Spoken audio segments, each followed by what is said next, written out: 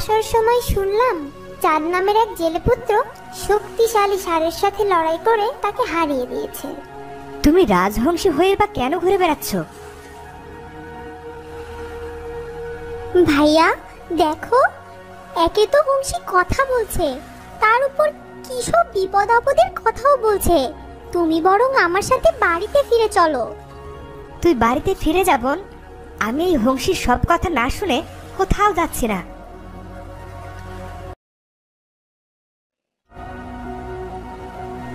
চাঁদ, আমি যে পূর্বে রাজকন্যা ছিলাম, আমার নাম রাজকন্যা মেহেরিমা।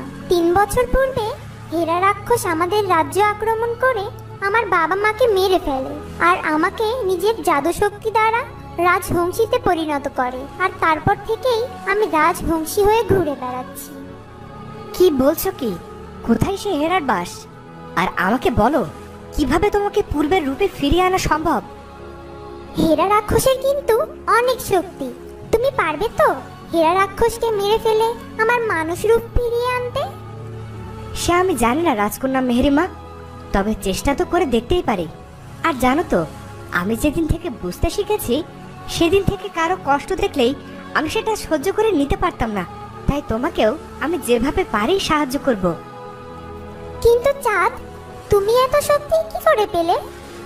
সে তো আমি জানি না, তবে আমি অনেক কঠিন কাজ খুব সহজেই করে ফেলতে পারি। আচ্ছা, এবার বলো দেখি, হেরা রাক্ষসকে আমি কোথায় পাবো? ওদিকে চন্দ্রা বাড়িতে ফিরে তার বাবা মাকে চাঁদ আর রাজহংসীর ব্যাপারে সবকিছু খুলে বলে।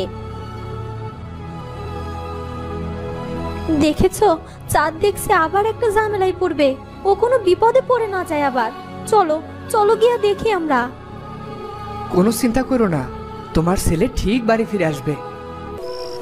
হেরা রাক্ষস তো আমাদের পাহাড়পুর রাজ্যকে নিজের কবজায় করে নিয়েছে। কোনো মানুষ এখন সেখানে নেই।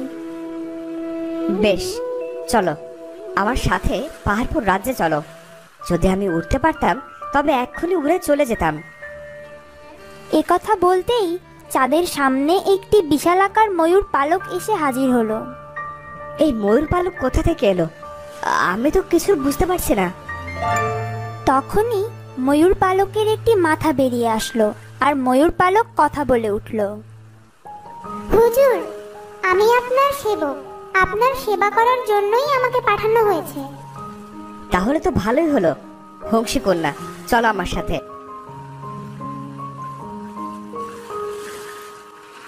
হংসী কন্যা ও চাঁদ এরপর সেই ময়ূর পালকে উঠে দাঁড়ায়। ময়ূর পালক আকাশপথে উড়তে থাকে পাহাড়পুর প্রাসাদের দিকে। এরপর অনেক দূরের পথ পেরিয়ে চাঁদ ও হংসী কন্যা এলো পাহাড়পুর প্রাসাদের সামনে।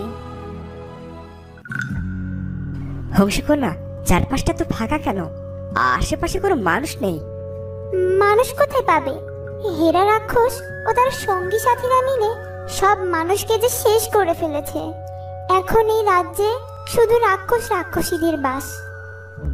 মেহেরিমায় কথা বলতেই প্রাসাদের দ্বার থেকে বেরিয়ে এলো 2 রাক্ষস।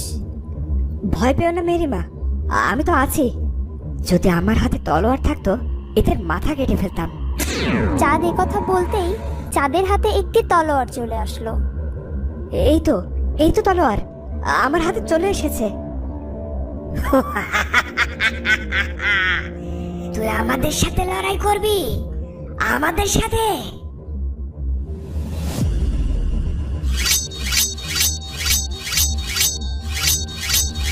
আরে, এইটুকু পুচকে এক যুবকের শরীরে এত শক্তি? তোর শরীরে শক্তি থাকতে পারে, কিন্তু তোর মাথায় একেবারেই কিছু নেই। আরে, আমাদের প্রাণ কি আর আমাদের সাথে থাকে? কি রে, আমাদের প্রাণ সত্যি সুরক্ষিত নাকি? এতদিন তো জানতাম না। আমি তো জানতাম মালিক হেরার প্রাণ সুরক্ষিত, এর সাথে আবার আমাদের প্রাণও জড়িত নাকি?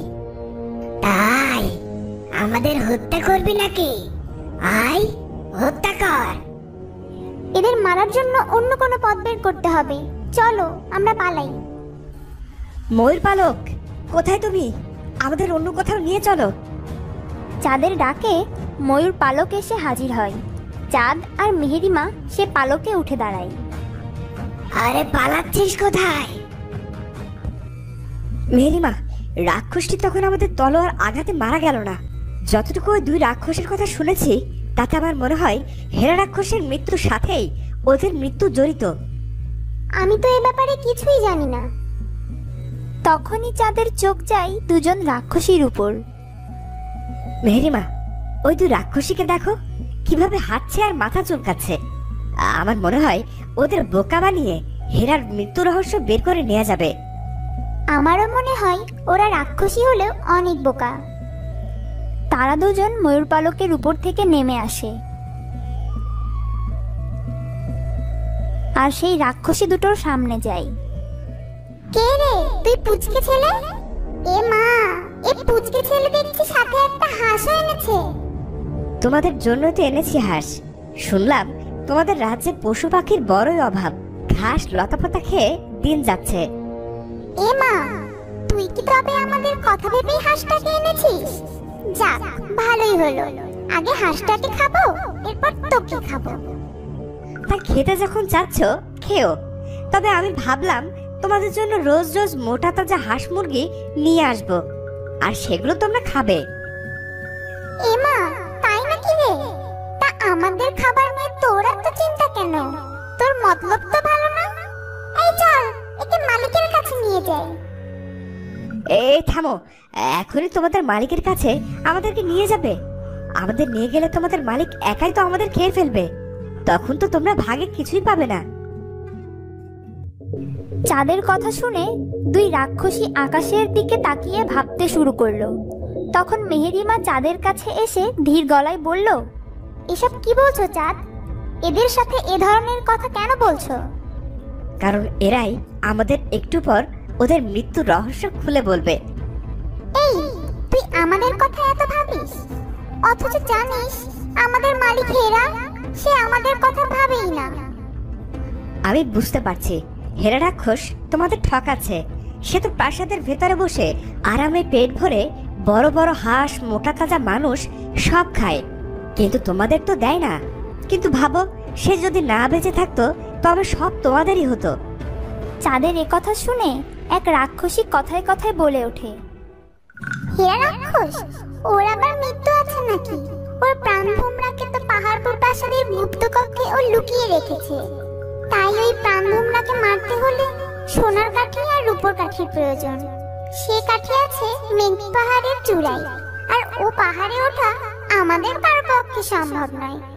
সেখানে তো আছে ভয়ঙ্কর উল্কা রাক্ষসী, যার এক থাবায় যে কেউ শেষ হয়ে যাবে।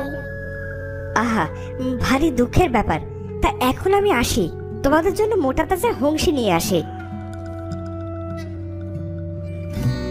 চাঁদ একথা বলে হংসী কন্যাকে সাথে নিয়ে চলে যেতে লাগলো। তুমি যাচ্ছ যাও, এই হংসীটাকে আবার নিয়ে যাচ্ছ কেন? একে তো দাও, চিবিয়ে চিবিয়ে খাই। এই একটা হংসী খেয়ে তোমাদের পেটের এক কোনাও তো ভরবে না, তাই ভাবলাম আরো কিছু এনে একসাথে দেই, বুঝলে?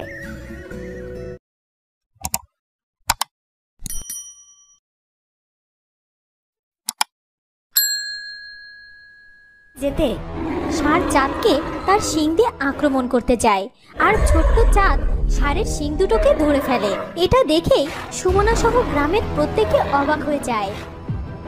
এ কি গো সুমনা, আমরা সকলে মিলে এই ষাঁড়কে আটকাতে পারলাম না, আর তোমার পুত্র তো ওর শিং দুটোকে ধরে ফেলেছে।